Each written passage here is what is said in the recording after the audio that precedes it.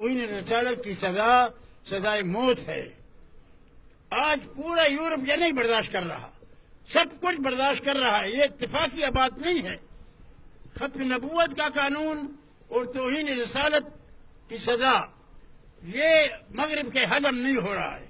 یہ سزا معاف کرنا یہ توہین رسالت ہے۔ جو بغیرت عدالت اپنے معمولی بات پر توہین عدالت کہ ہماری توہین ہو گئی، اپنی توہین کا ان کو بڑا فکر ہوتا ہے اور لوگوں کو بلاتے ہیں اور ذلیل کرواتے ہیں کہ تم نے عدالت کی توہین کی ہے، لیکن توہین رسالت ان کے نزدیک کوئی جرم نہیں ہے۔ میں کہتا ہوں ان ججوں نے آئین سے غداری کی ہے، آئین کی خلاف ورزی کی ہے، اور ان ججوں نے رسالت کی توہین کر کے آئین سے بغاوت کی ہے۔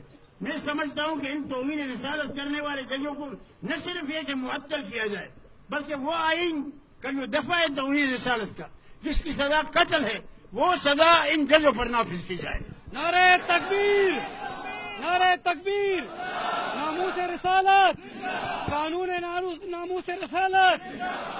جب تک ان ججوں کو توہین رسالت کی سزا نہ ہو، یہ بدبخت انسان تھا، یہ نثار ثاقب، اس نے بڑا نام کمایا تھا اور بڑے سخت اقدامات کر رہا تھا بڑے بڑے ظالموں کے خلاف، اور بڑے بڑے چوروں کو پکڑ رہا تھا، بدراء کو پکڑ رہا تھا۔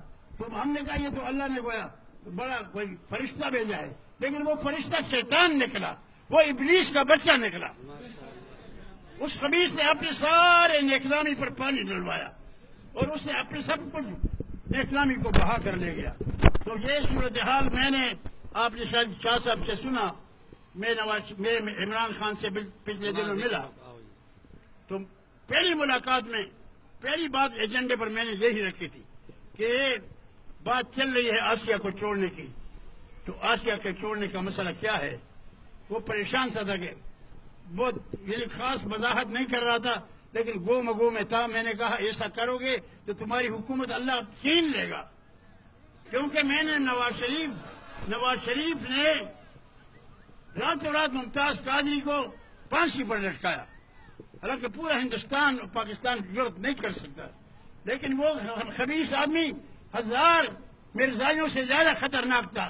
یہ نواز شریف، یہ ہم بدقسمت ملک ہیں، جو بھی آتا ہے ہم پچھلے کو دعا دیتے ہیں۔ تو اس شخص کو کوئی پرواہ نہیں تھی امریکہ کے غلامی میں، ہمیں اتنا پھنسا دیا کہ راتوں رات ممتاز قادری کو اس نے پھانسی پر لٹکایا۔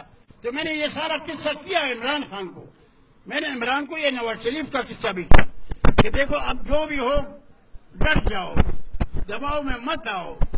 تو اب یہ ججوں کا جو آیا ہے ہمارے اوپر ایک عذاب، ان ججوں کو سزا دی جائے، اور میں کہتا ہوں کہ عمران خان ڈٹ جائے، ان ججوں کو معزول کر دے یا یہ فیصلہ واپس دلوائے۔